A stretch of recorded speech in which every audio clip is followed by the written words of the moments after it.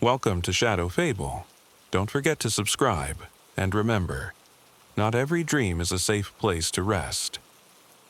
It began with the sound of dripping water, not loud but persistent, somewhere just beyond the edge of hearing, like the ticking of a distant clock you can't find. Noah Briggs had always been a light sleeper, the kind of man who woke at the smallest creak, who scanned the dark for reasons he couldn't explain. But this was different. This wasn't sleep. He was aware of his body, but not in the way you'd expect. He felt around it, like a fog swirling just beyond the edges of something solid. He couldn't move, couldn't open his eyes. But the strange part, he wasn't afraid, not yet. Somewhere, machines hummed. Rhythmic beeps punctuated the quiet like mechanical heartbeats. Noah didn't know where he was, but he knew he wasn't alone. There was a presence, not a voice, not a shadow. Just the feeling of being watched by something patient, something that didn't blink. He tried to speak. Nothing. His throat burned, dry and unused. And then faintly, a whisper, one he couldn't place. "It's not time yet." Noah didn't know if it came from inside his head or from the darkness around him, but it chilled him. Because it didn't feel like a comfort, it felt like a warning. Days, or what he assumed were days, passed this way. Darkness, the quiet machinery of life, and sometimes the presence, always lingering, always just outside his reach. And then, one day, something changed. The darkness flickered. Just once. A flash, like a slide projected onto his closed eyes. His childhood home, the yellow wallpaper in the hallway, the crooked photo of his father holding a fish at the lake, the smell of dust and lemon cleaner. Then, darkness again. Noah's thoughts became erratic, fragmented. He tried to hold on to the image, tried to push toward it, but the fog pushed back. More flashes followed, each sharper, more intrusive. His ex-wife's laugh, his daughter's birthday party, his mother crying at a hospital bedside.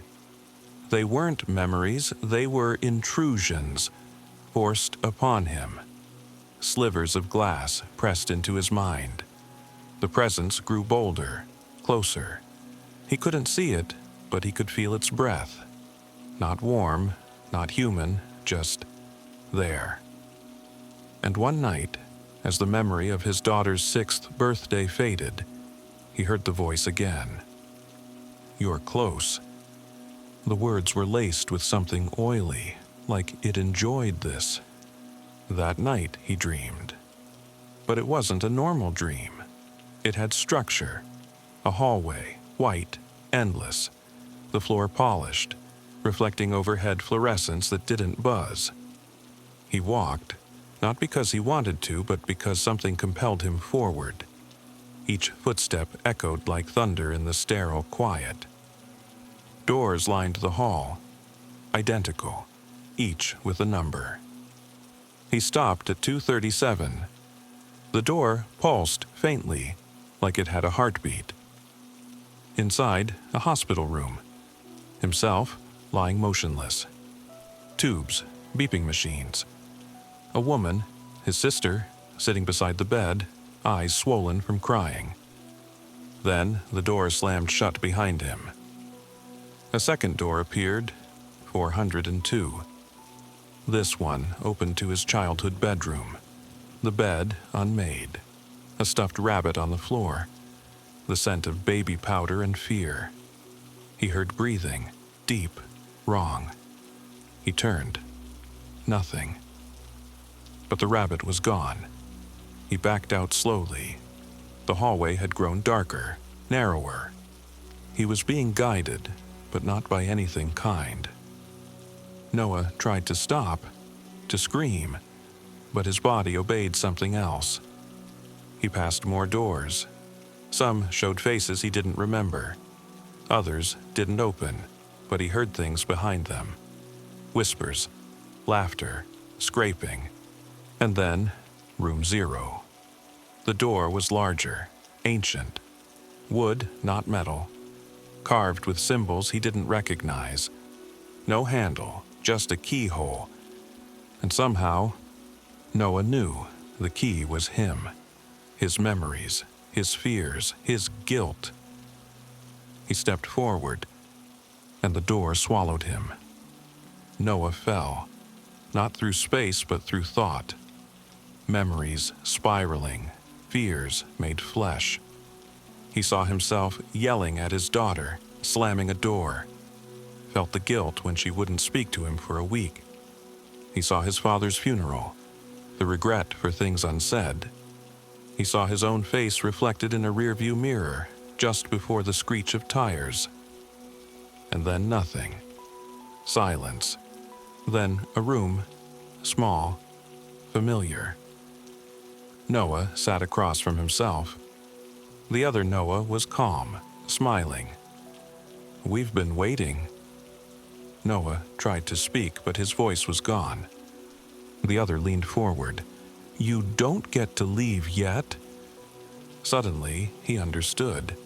This place, it fed on consciousness, on minds caught between life and death. Each door had been someone else. Some stayed forever. Some escaped, broken. The presence? It wasn't a ghost. It was the collector. It lived in the cracks of consciousness, in the folds of coma dreams, feeding. Noah tried to run, but the floor melted into liquid thought, pulling him down. He screamed, silently, violently, and woke, sort of. His eyes opened. Fluorescent lights. A nurse gasped. Machines beeped wildly. "Noah? Can you hear me?" His sister sobbed beside him, clutching his hand. Doctors flooded in. He was back, alive, whole. They said it was a miracle. 3 weeks in a coma, and then, just like that, awake. He smiled, thanked them, said he remembered nothing. But he did. Every door, every whisper, every scream. And that night, as he lay in the hospital bed, he saw the corner of the room twitch. Just a flicker, a ripple in the shadow. And a whisper, "You brought us with you." Noah didn't sleep that night. He couldn't. The room was too quiet, too still, as if holding its breath. The machines beeped rhythmically beside him, but each sound seemed to arrive a second too late, just slightly out of sync with time itself. Like the world was pretending to be normal, but something behind the curtain had lost the rhythm. He stared at the corner where the shadow had twitched. It didn't move again. Not yet, but he knew it would. By morning, his vitals had stabilized. The nurses were chipper, amazed by his recovery. His sister brought coffee and old photos, her eyes red-rimmed but glowing. He tried to smile for her, pretend. But when she showed him a picture of their mother, he felt a jolt, because he remembered her in the hallway, room 402, sitting in that chair, holding the rabbit. He hadn't seen her in 10 years, hadn't thought of that room in 20. But the smell, the baby powder, was real. Too real. Memories, he realized, were no longer private. They had been opened, and something had crawled through. Back home, things didn't get better. They got stranger. It started with the mirrors. He'd pass by them just in the corner of his eye, and his reflection would linger. Not move, just hesitate. At first, he told himself it was trauma, recovery hallucinations. But one night in the bathroom, he caught the reflection looking directly at him. Eyes locked, and it smiled. Only he wasn't smiling. He slammed the cabinet shut. The reflection was gone, but from that night on, he stopped using mirrors. And then, the hallway. The same one from the dream, long, white, sterile. He'd see it when he closed his eyes. Sometimes, even when he hadn't, he'd turn a corner in his house and for a split second, the world would change. The hallway would be there, waiting, and the doors were multiplying. He kept seeing numbers, street signs, receipts, his coffee machine flashing 237, his thermostat stuck on 0. His daughter texted him once, "Hey, did we ever stay in room 402 at that lodge near Lake Arrowhead?" He hadn't told her anything. He didn't want to tell her. But the dream had followed him. Not just his memory, but his blueprint. One night, he awoke to a knock at the front door. 3:07 a.m. He peered out. No one there. But the porch light flickered. And at the bottom of the steps, written in sidewalk chalk, "It's still not time." Noah tried therapy, meditation, sleep aids, but you can't medicate against what lives in the folds of reality. The dreams returned. Not every night, but often. Always the hallway. Always a new door. And each time, the door was harder to resist. They called to him. Room 518, the coworker who died of a stroke.